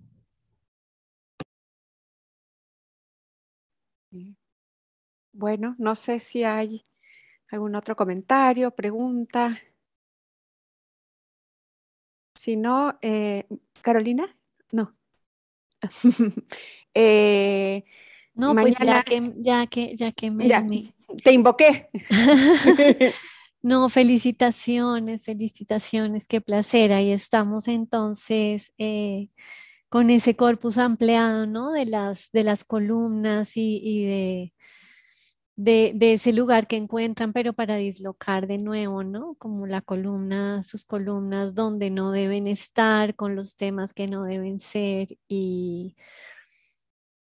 y estas negociaciones que las hacen tan interesantes. No, disfruté mucho la mesa. Muchas gracias a las tres.